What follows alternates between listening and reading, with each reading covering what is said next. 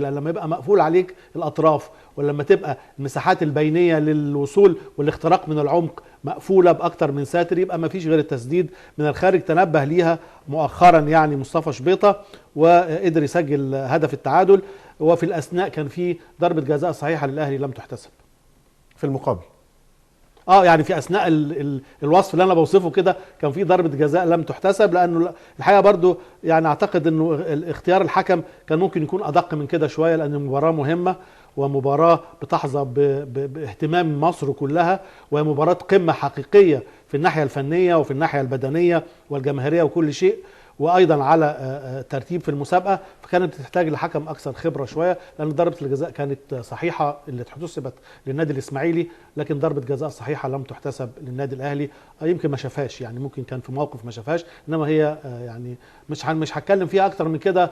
الكابتن وجيه الاسماعيلي احمد صديق ده طبعا الهدف الحقيقه راح له احمد عادل كويس، يعني اتحرك معاها، بس طبعا الكوره اسرع وفي مكان أسرع ابعد. وأقوى.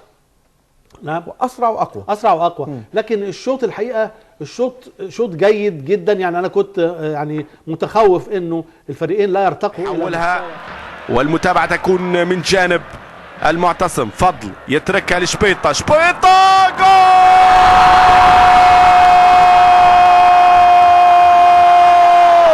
يا سلام يا سلام، صاروخ ارض جو. مصطفى شبيطه يضع الكرة في اقصى زاوية على الحارس عصام الحضري. بالطبع كرة صعبة متحركة يتمكن منها الفريق القرن من هز الشباك في كرة ولا احلى. مصطفى شبيطه برسالة قوية يبعثها. شوف الكرة، شوف حلاوتها، شوف روعتها. يا يا يا يا يا حلاوتها، يا يا يا حلاوتها من شبيطه. يا سلام، نهارك سعيد يا شبيطه، نهارك سعيد يا شبيطه. فرحة كبيرة للجمهور.